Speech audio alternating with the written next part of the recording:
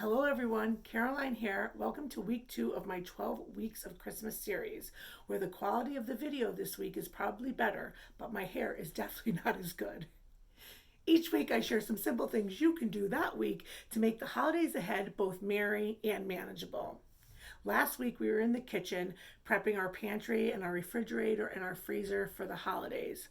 I want to thank you so much for sharing all your stories and your comments on Facebook. I loved hearing all those fridge clean out stories. This week it's all about Christmas paper. We're going to talk ideas for managing your gift list, how to begin organizing your gift wrap, and I'll show you the one item that I use all over my house that helps keep me organized. So grab your cup of coffee or glass of wine, and I'll share a few things I'm doing this week to get a head start on the holidays. First up are invites. So if you are having a party, now's the week to order them. And even if you are ordering them, it's also a good time to let people know the date. Just a simple text, a message, an email, because you want to give people the opportunity to come to the party. Or at least to think of really creative reasons why they can't. Second up is everything that has to do with your gift list. So if you don't already have one, now is a great time to compose one. You can use paper or one of the apps that are out there. It's just a good time to do it now so that when inspiration strikes, you have a place to jot it down. PCMag.com has a great article that compares some of the apps for you. Some of those apps do things like track it when it's purchased, shipped, received, and even wrapped. A lot of them help you stay on track with your budget, and some of them even store preferences for your gift recipients. So if you want to check that out, that's a great thing to do. I'm just a paper person and I like to check things off the boxes.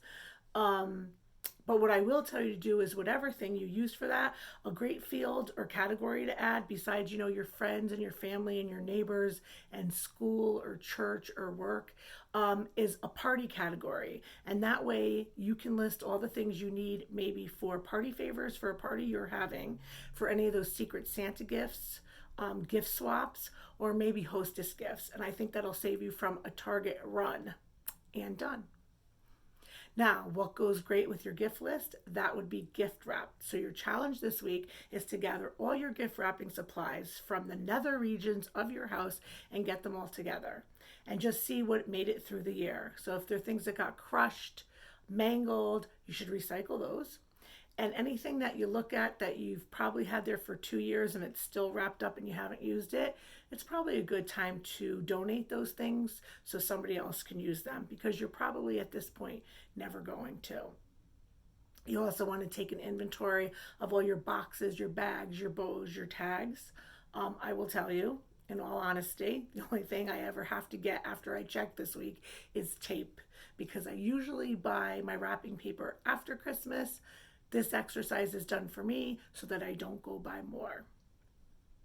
Next up is your calendar or your schedule. So again, whatever calendar or schedule you use, now is a great time to go ahead and put all those activities in there that you have going on for the next 2 months.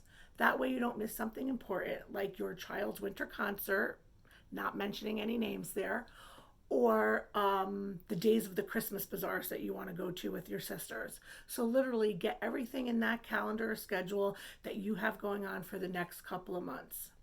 I also use this time now to start a note section about new things I want to try. Maybe it's a new board game or party game, because we're definitely board game people, or maybe it's a new food item or decorating idea. You could use Pinterest for that.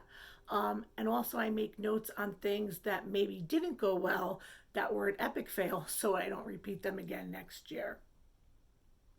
Now, last but not least is our segment on sending Christmas cards. And this is my show and tell segment of the weekend. So now is a great time to update your address and your mailing list. So you want to update any addresses that may have changed, add things, delete things. It's also a great time to order your Christmas cards, and you can go down to the post office and get the new stamps or order them online. They're wreaths. They're very super pretty. And now's the time to go through and actually go through your supplies for sending Christmas cards. So go through and check if you need new return address labels, if you use seals, if you need those, if you need ink for your stamp, whatever you use, now's a great time to check and make sure you have that all stocked up.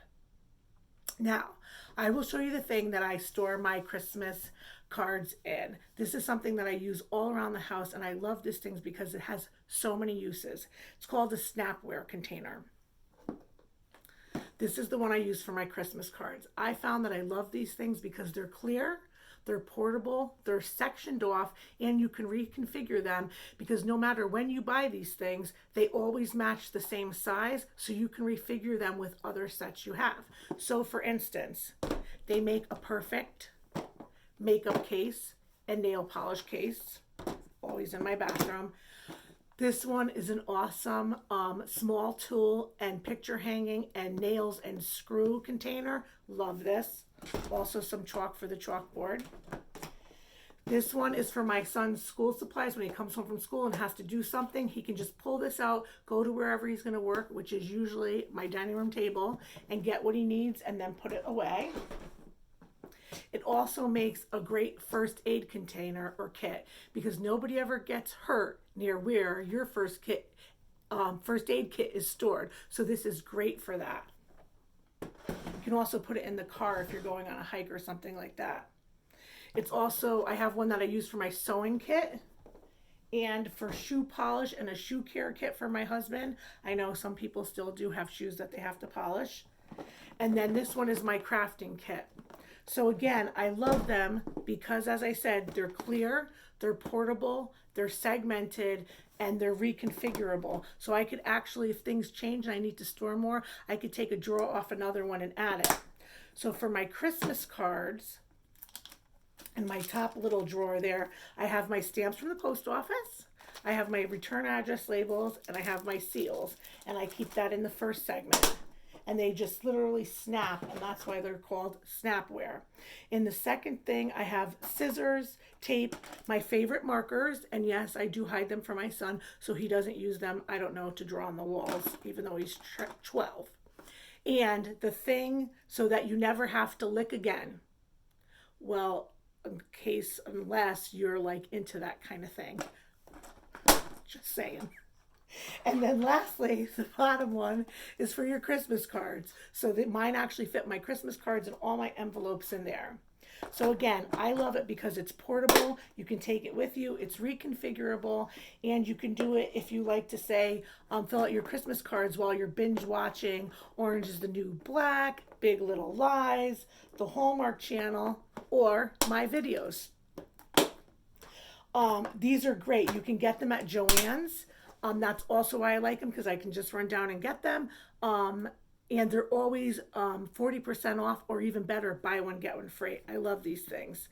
But you should use whatever you have or what will work for you, because that's really the hallmark of a good organizational system. Is it something that's works for you? So maybe yours is a decorative box. Maybe it's a small tray. Maybe it's an accordion file folder or a magazine holder. Any of those things would work great. You just want something that will work for you, and maybe if you look, you already have it around your house. I just love them because they keep me so organized every time. So that's my show and tell segment for the week, and it also wraps up week 2 of the 12 weeks of Christmas. I hope you'll leave a comment or a suggestion down the bottom, and you can hit subscribe if you would like. This week was all about the paper. Next week, it's all about holiday baking, entertaining, cooking, and decorating, and I give you some things to get a head start on that. I think you'll find that if you do a few things each week, that sending Christmas cards doesn't have to be one of the pains of Christmas, and instead can be #simple, easy, organized. And remember, organization that works for you and that is effective is never going to be perfect. Sometimes it's not all that pretty, but it is always practical, kind of like me and these videos. So thanks so much for watching, and I'll see you next week.